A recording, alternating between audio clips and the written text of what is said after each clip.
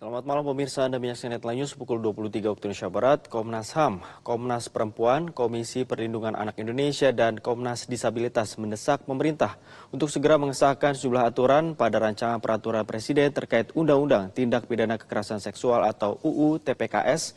Hal ini menyusul maraknya kasus kekerasan yang menyasar perempuan, anak-anak hingga kaum disabilitas meski UU TPKS sudah disahkan sejak tahun 2022 lalu. Sejak disahkan pada Mei 2022 lalu, UU TPKS baru mengesahkan satu aturan dari 7 aturan turunan yang direncanakan dalam upaya pencegahan tindak kekerasan di masyarakat. Komisioner Komnas Disabilitas Fatima Asri Mutamainah mengatakan belum disahkannya 6 aturan turunan lainnya tersebut menyebabkan implementasi UU TPKS belum bisa dilaksanakan dengan maksimal.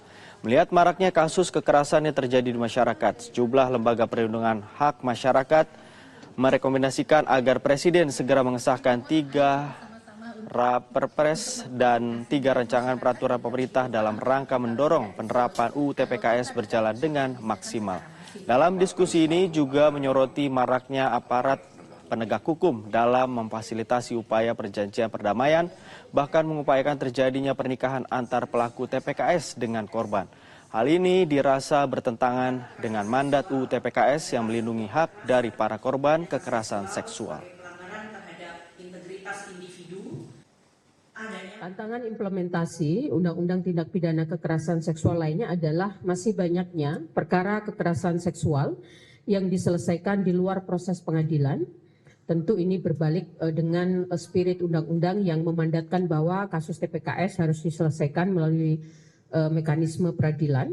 Studi barometer kesetaraan gender yang dilakukan oleh organisasi masyarakat sipil INFIT pada 1.586 responden menemukan sebanyak 57% responden tidak mendapatkan penyelesaian kasus, kemudian 39,9% diselesaikan dengan pembayaran sejumlah uang, dan 26,2% diselesaikan dengan menikahkan korban dengan pelaku. Pihak aparat penegak hukum juga kerap memfasilitasi perdamaian dan menghentikan penyelidikan dengan alasan restoratif justice karena telah diselesaikan secara kekeluargaan.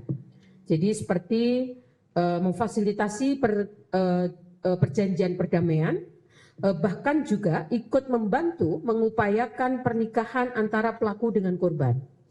Tentu saja ini kontradiktif dengan Pasal 23 Undang-Undang TPKS yang menekankan bahwa penyelesaian perkara TPKS tidak dapat dilakukan di luar proses peradilan kecuali terhadap pelaku anak. Demikian Headline News untuk saat ini pemirsa. Headline News selanjutnya akan hadir 1 jam mendatang. Sampai jumpa. Jelajahi cara baru mendapatkan informasi. Download Metro TV Extend sekarang.